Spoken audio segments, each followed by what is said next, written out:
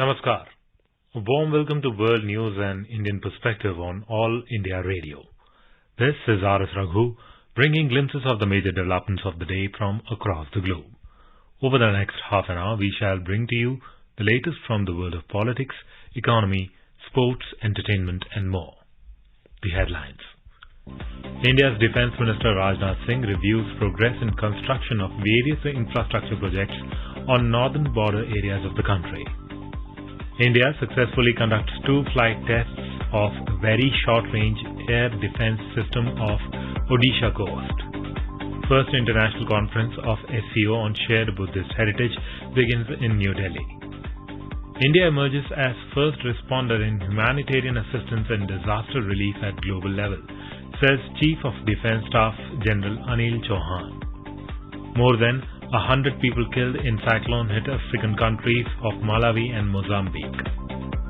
US and allies unveil nuclear-powered submarine plan for Australia to counter China's ambitions in Indo-Pacific region. And China to resume issuing various categories of visas for foreigners from 15th of March.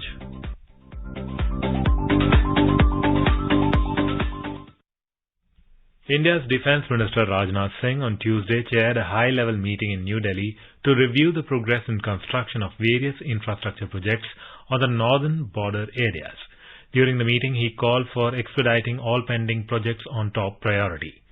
Mr. Singh said that whole-of-nation approach should be adopted in matters of national security. He said government has decided to set up a committee of secretaries which will meet at frequent intervals to fast-track the pending projects. The Government of India has taken various steps to tackle drug smuggling in the border areas. India's Minister of State for Home Affairs, Nityanand Rai, said this in a written reply to a question in the lower house of Parliament on Tuesday. Mr. Rai said detailed vulnerability mapping has been carried out along the border to strengthen surveillance by deploying additional special surveillance equipment and other available resources in the vulnerable patches. India's Defence Research and Development Organization DRDO on Tuesday conducted 2 consecutive successful flight tests of Very Short-Range Air Defence Missile System. The test flight was conducted at the Integrated Test Range in Chandipur, Odisha. The flight tests were carried out from a ground-based man-portable launcher against high-speed unmanned aerial targets, mimicking approaching and receding aircraft. The Indian Defence Ministry said the targets were successfully intercepted, meeting all mission objectives. The missile is a man-portable air defence system meant for neutralizing low-altitude aerial threats at short ranges. It has been designed and developed indigenously. The Indian Defence Minister complimented DRDO and industry partners, saying the missile equipped with novel technologies will give further technological boost to the armed forces. Former French Prime Minister Edouard Philippe met External Affairs Minister of India Dr. S. Jaishankar in New Delhi on Tuesday. In a tweet, Dr. Jaishankar said they discussed the transformations underway in India as well as the global strategic situation. A delegation from Foreign Affairs Committee of the French National Assembly also met Dr. Jaishankar. In a tweet, the External Affairs Minister said it reflected the strong bilateral collaboration between India and France. The discussion ranged from climate change, energy, Indo-Pacific and Ukraine conflict. The first International Conference of Shanghai Cooperation Organization SCO on Shared Buddhist Heritage began in New Delhi on Tuesday with focus on India's civilizational connect with the SCO nations. The aim of the 2-day conference is to re-establish trans-cultural links and seek out commonalities between Buddhist art of Central Asia, art styles, archaeological sites and antiquity in various museums collections of the SCO countries. The event, under India's leadership of SCO, has brought together Central Asian, East Asian, South Asian and Arab countries on a common platform to discuss shared Buddhist heritage. Speaking on the occasion, Culture Minister G. Kishan Reddy said that the conference will not only celebrate Buddhist common heritage but will also build stronger and deeper bonds amongst the countries. He also said that Buddhism, with its profound vision of eternal harmony in the world, has spread far and wide and it touched the lives of inhabitants in all the SCO countries centuries ago. The purpose of this conference is to review trade, renewance, throngs, cultural links, and the shared histories between the nations gathered here and those who have joined virtually also. My good wishes for the conference, and I hope we take this dialogue further, creating a peaceful, harmonious, and compassionate and developing region according to the principle of the Lord Buddha. The 16th meeting of the Shanghai Cooperation Organization SCO Youth Council was held in hybrid mode in New Delhi on Tuesday, under the chairmanship of India. Youth Affairs and Sports Minister Anurag Singh Thakur inaugurated the SCO Youth Council meeting. During the meeting, the SCO member states shared information on the activities of the SCO Youth Council in 2022-2023. They noted the high level of participation and the interest shown by the youth delegates of the SCO member states in the discussion held during the conference. SCO is a permanent intergovernmental organization which was established in the year 2001. SCO has 8 member states: India, Kazakhstan, China, Kyrgyzstan, Pakistan, Russia, Tajikistan and Uzbekistan. India became a full member of SCO on 9th June 2017. Comptroller and Auditor General of India CAG Girish Chandra Murmu stressed on the need for collaboration for developing and strengthening accountability frameworks in the blue economy and responsible artificial intelligence.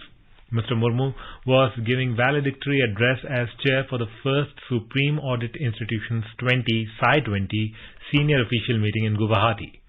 Under the Indian presidency of the G20, the Comptroller and Auditor General of India, as the chair for Psi-20, the engagement group of Supreme Audit Institutions of the G20, organized the senior official meeting in Guwahati.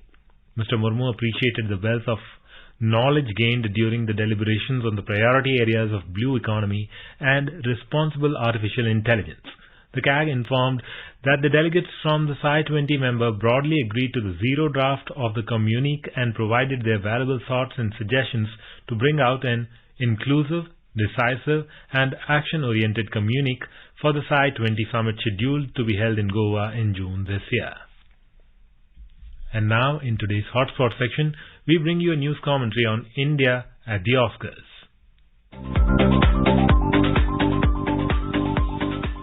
The Telugu blockbuster movie RRR's Rise, Roar, Revolt catchy musical number Natu Natu, meaning raw or rustic, made history by becoming the first Indian film song to win an Oscar award. India also won its first Oscar in the Best Documentary Short Film category for The Elephant Whisperers by Kartikeya Gonsalves and Guneet Monga at the 95th Academy Awards. Prime Minister Narendra Modi congratulated Indian musical composer M.M. Keeravani, lyricist Chandra Bose and the entire team for winning the Oscar award for Natu Natu for Best Original Song. Prime Minister tweeted that this is exceptional and the popularity of Natu Natu is now global. Prime Minister Modi also tweeted a congratulatory message to Kartikeya Gonsalves, documentary filmmaker, Guneet Monga, film producer, and the entire team of The Elephant Whisperers for winning the Oscar for Best Documentary Short Film, and added, their work wonderfully highlights the importance of sustainable development and living in harmony with nature. Natu Natu is composed by M.M. Keeravani and the lyrics penned by Chandra Bose. The track made history in January when it won the Golden Globe for the Best Original Song. Singers Kala Bhairava and Rahul Sipliganj performed live at the ceremony and received a standing ovation from the audience. The track was shot in 2021 at the Mariinsky Palace, a beautiful sea blue structure, the official residence of Ukraine's president. The thumping number features the lead actors Ram Charan and N.T. Ramarao Jr. performing energetic dance moves. Choreographer Prem Rakshit composed more than 90 dance steps with 30 different versions of the title track in the chorus.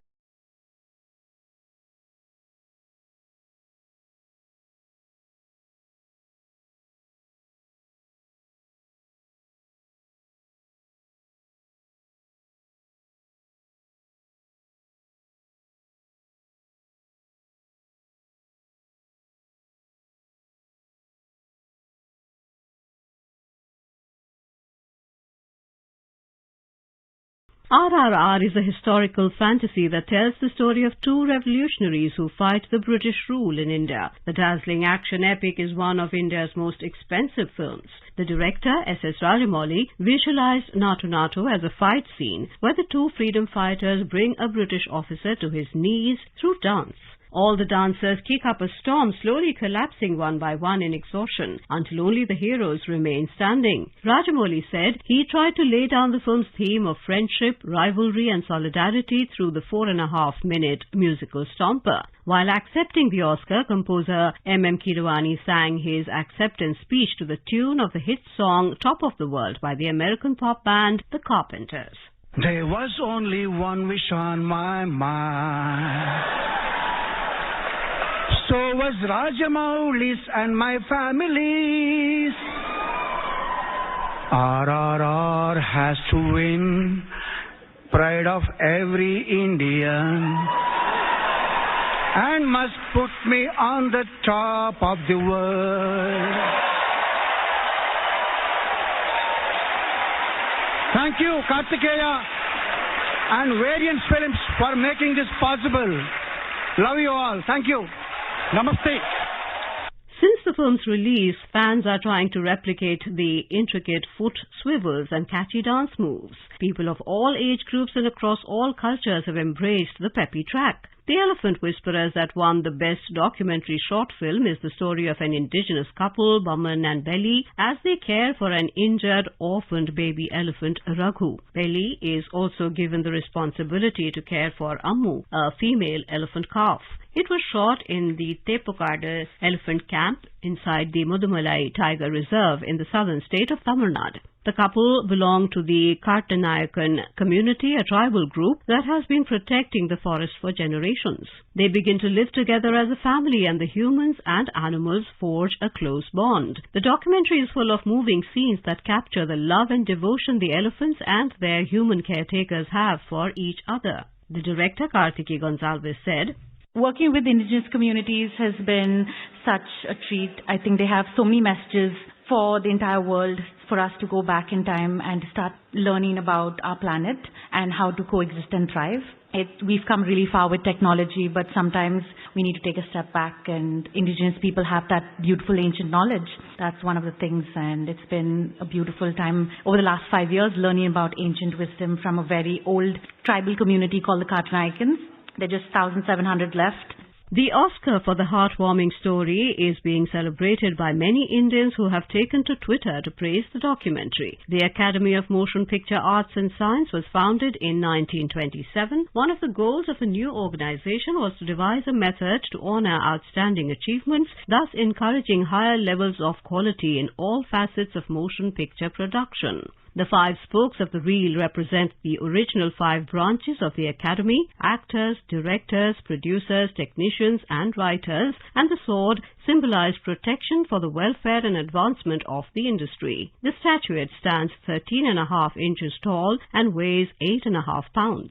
The design of the statuette has never changed from its original conception, but the size of the base varied until the present standard was adopted in 1945. Officially named the Academy Award of Merit, the statuette is better known by its nickname Oscar. The Oscar statuette is the most recognized award in the world. Its success as a symbol of achievement in filmmaking amazed those who attended that dinner almost a century ago, as well as its designer Cedric Gibbons. It stands today, as it has since 1929, without fear, on the mantles of the greatest filmmakers in history.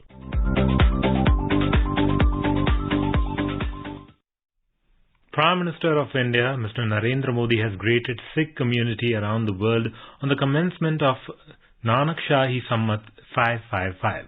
He expressed hope that the coming year will be filled with happiness, wonderful health and prosperity. This is All India Radio giving you the world news. India has emerged as a first responder in humanitarian assistance and disaster relief at global level. This was stated by Chief of Defence Staff General Anil Chauhan while addressing a workshop virtually on humanitarian assistance, disaster relief, risk mitigation and disaster resilience in New Delhi. The workshop was organized as part of India's chairmanship of the Shanghai Cooperation Organization and was attended by speakers from Kazakhstan, Kyrgyz Republic, Belarus, Mongolia, Pakistan and China, along with speakers from Russia in the virtual mode. The Chief of Defence Staff said, in keeping with India's cultural beliefs of Vasudhaiva Kutumbakam, the whole world is one family. India has been playing an important role in providing humanitarian assistance and disaster relief. He further said that the timely launch of Operation Dost following the recent earthquake in Turkey is a testimony to India's willingness to extend help to all possible corners of the globe. More than 100 people were killed in Malawi and Mozambique as Cyclone Freddy packed powerful winds and torrential rain. Freddy barreled through southern Africa at the weekend for the second time in a few weeks, making a comeback after it first hit in late February. Malawi bore the brunt, counting at least 99 deaths after mudslides overnight washed away houses and sleeping occupants. Another 134 people were injured, while 16 are reported missing. Malawi's commercial capital Blantyre recorded 85 deaths. President Lazarus Chakwera declared a state of disaster in the southern region of the nation. The government has appealed for local and international aid for affected families. In neighboring Mozambique, at least 10 people died and 14 were wounded. The Mozambique National Institute for Disaster Management said the fallout from the storm's second landfall in the country was worse than expected.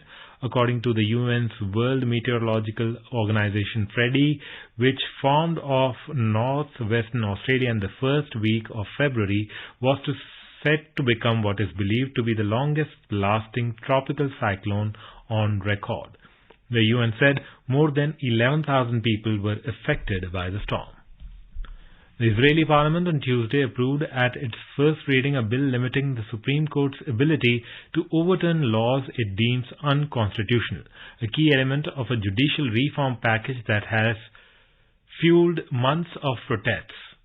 The government of Prime Minister Benjamin Netanyahu introduced its judicial reform package in January. In another win for Mr. Netanyahu, the parliament late on Monday night also advanced a bill that would make it harder to remove the Prime Minister over the corruption charges that still hang over him. Mr. Netanyahu and his coalition allies have pledged to plough ahead with the legal changes despite demonstrations by tens of thousands of Israeli protesters over the past 2 months. The United States, Australia and Britain have announced a plan of providing Australia with nuclear-powered attack submarines. The move was a major step towards countering the ambitions of China in the Indo-Pacific.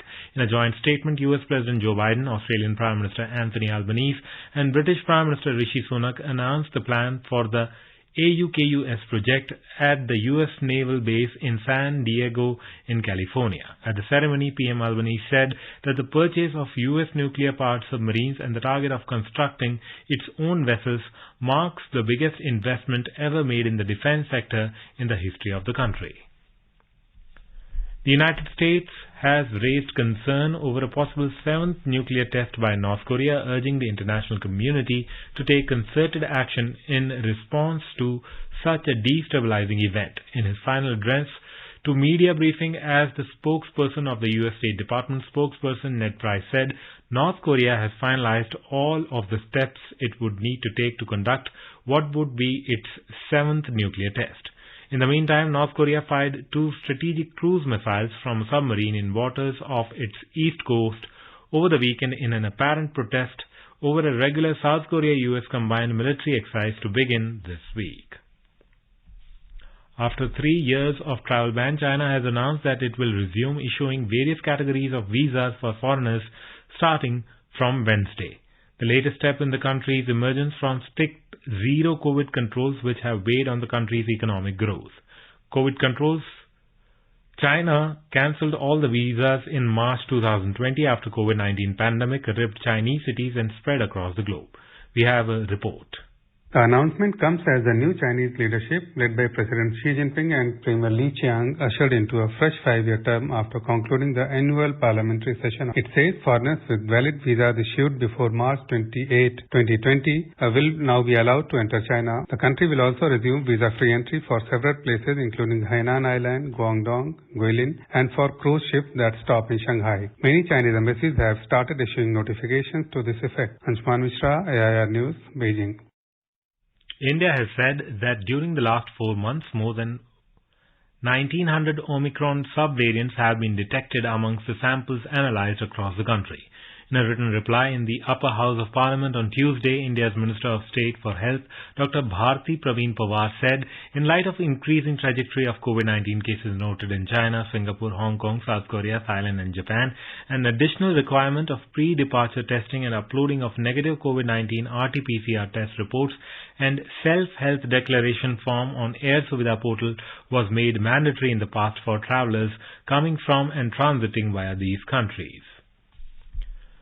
The silence period for the election of the Vice President of Nepal will commence from Tuesday midnight. According to the Election Commission of Nepal, the election silence commences 48 hours before the day of voting and it will remain in effect until the closure of the polling center. No election-related publicity and promotional activities are allowed to be held during the election silence or pre-election silence. The voting for the election of the Vice President is scheduled to take place on the 17th of March. The election silence period aims to ensure the election be held in a free, fair, transparent and safe manner.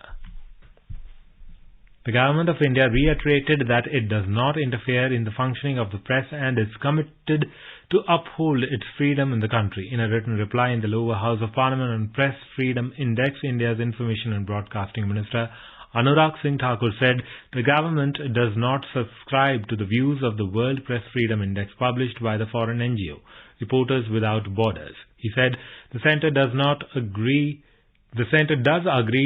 to the conclusion drawn by the organization for various reasons, including very low sample size, low weightage to fundamentals of democracy, and adoption of methodology which is questionable and non-transparent. India's Enforcement Directorate ED on Tuesday carried out search operations at 10 locations in Srinagar, Budgam, Kupwara and Anantnag districts in Jammu and Kashmir. The search operations were conducted against the educational consultancies for arranging admission of J&K students for various professional courses in Pakistan-based colleges, institutions and universities.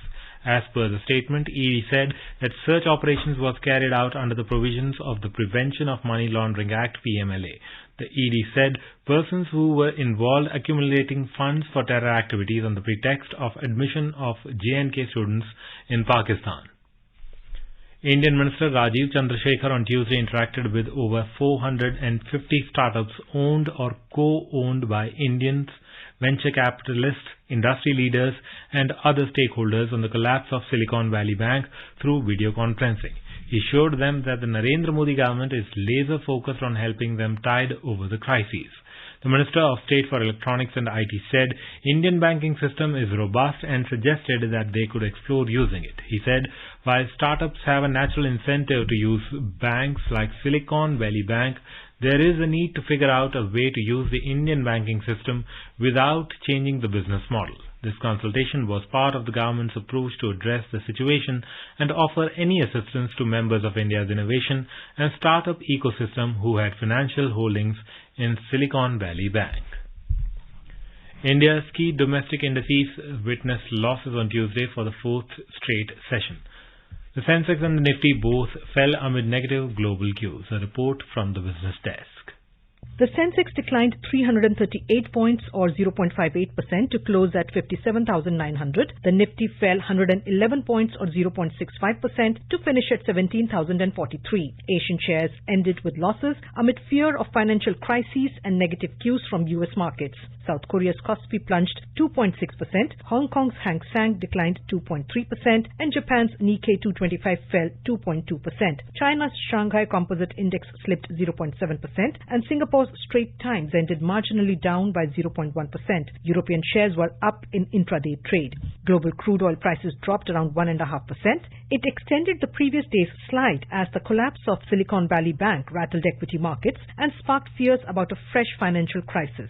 In intraday trade, Brent crude was trading at around $79.70 per barrel. Back home, gold price at multi-commodity exchange for April contracts was trading at around 57,530 rupees per 10 gram. Silver was trading around 66,230 rupees per kilogram for May contracts when reports last came in. Anubha Rohatgi for World News, All India Radio.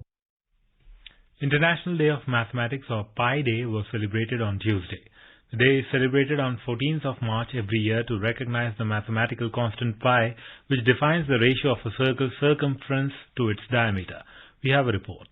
The value for pi is 3.14. For people who follow the month and date format, 14th March represents the value of pi, that is 3 and 14. The day was recognized in 1988 by physicist Larry Shaw as he organized a large-scale celebration at the San Francisco Exploratorium in the United States. It is celebrated by mathematics enthusiasts around the globe to recognize and appreciate the importance of mathematics in our daily lives. The day is celebrated by various schools, universities, and mathematics organizations globally with a unique theme with an aim of promoting mathematics education and awareness. The value of pi was first calculated by a mathematician named Archimedes of Syracuse. People in Egypt believed that the pyramids of Giza were built on the principles of pi. The ratio between the height of the pyramids and the perimeter of their base is the same as that between a circle's radius and circumference. In 2019, the United Nations Educational, Scientific and Cultural Organization, UNESCO, in its 40th General Conference, decided to observe Pi Day as the International Mathematics Day. It also coincides with the birth anniversary of scientist Albert Einstein. Widely renowned theoretical physicist Stephen Hawking died on this day in 2018. The theme for Pi Day this year is Mathematics for Everyone, proposed by Marco Zarco Roteiro. From Philippines, Anuja Kumar for World News. Prasar Bharati CEO Gaurav Dwivedi, during his two-day visit to Abu Dhabi, met various stakeholders in the media landscape of the capital of United Arab Emirates. During his meeting with Director General of Emirates News Agency Jalal Al Raisi, Mr. Dwivedi emphasized the need for a comprehensive plan for content exchange and to intensify cooperation in wide-ranging areas, including joint production and mutual cooperation in the field of training and infrastructure sharing. Mr. Dwivedi stated that during their meeting, they agreed to cooperate in joint production, content sharing, training in media and technology, and expanding the presence of Doordarshan, India's state television channel, in the UAE. In Women's Premier League cricket, the 12th match between Mumbai Indians and Gujarat Giants is underway in Mumbai. Chasing the target of 163 runs set by Mumbai Indians, Gujarat Giants were 98 for 9 in 18 overs when report last came in. Earlier, Mumbai Indians posted 162 runs for the loss of 8 wickets in stipulated 20 overs. Now let us take a look at the major developments around the world as reported in the foreign press. The Washington Post reports global regulators grapple with the fallout of Silicon Valley Bank collapse. South China Morning Post reports US sanctions boost China's R&D investment and output in some high-tech fields, Chinese study. The Financial Times writes Joe Biden to visit Ireland on anniversary of Good Friday Agreement. The Japan Times reports deeply scarred Iraq still far from US envisioned liberal democracy. And the Japan Times opines the Arctic is the latest arena for NATO and the Russia to flex their military muscle. And now a quick look at the headlines once again. India's Defence Minister Rajnath Singh reviews progress in construction of various infrastructure projects on northern border areas of the country. India successfully conducts 2 flight tests of very short-range air defence system off Odisha coast. First international conference of SC on shared Buddhist heritage begins in New Delhi. India emerges as first responder in humanitarian assistance and disaster relief at global level, says Chief of Defence Staff General Anil Chauhan. More than 100 people killed in cyclone-hit African countries of Malawi and Mozambique. US and allies unveil nuclear-powered submarine plan for Australia to counter China's ambitions in the Indo-Pacific region, and China to resume issuing various categories of visas for foreigners from 15th of March. And now, before we end, let us listen to Mahatma Gandhi's favorite bhajan, Vaishnav Jan, by artists from Singapore.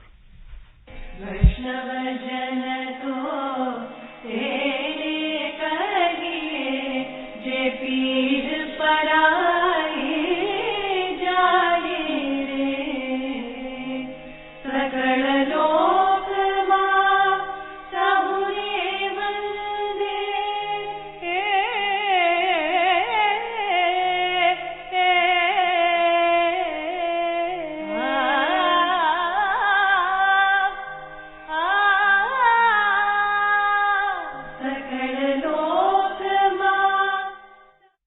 And with that, we end this bulletin. We'll be back at the same time tomorrow with the next edition of World News.